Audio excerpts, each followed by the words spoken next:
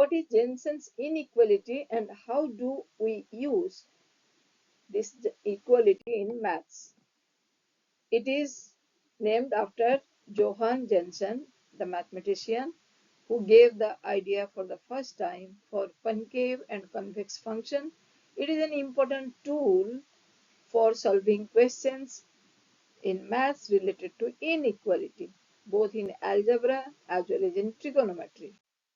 Jensen's inequality states that the arithmetic mean of convex function is greater than or equal to the function of arithmetic. So how to write this? It is f of x1, f of x2, f of x3 up to f of xn mean, that means divided by n, is greater than or equal to f of whole mean of x1, x2, x3 up to xn.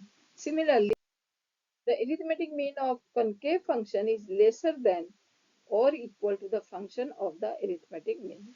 Same, the mean of whole functions f of x1, x2, x3 up to xn is lesser than equal to f of whole, the mean of x1, x2, x3, x up to xn. So we may note down these two inequalities to solve advanced problems in algebra and trigonometry.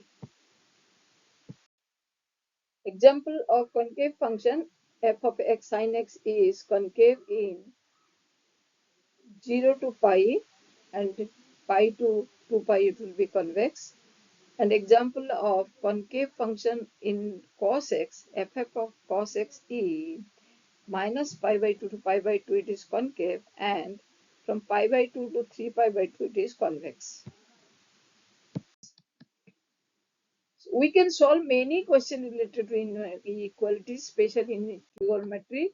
So visit the website to learn how problems are solved. Thank you for watching.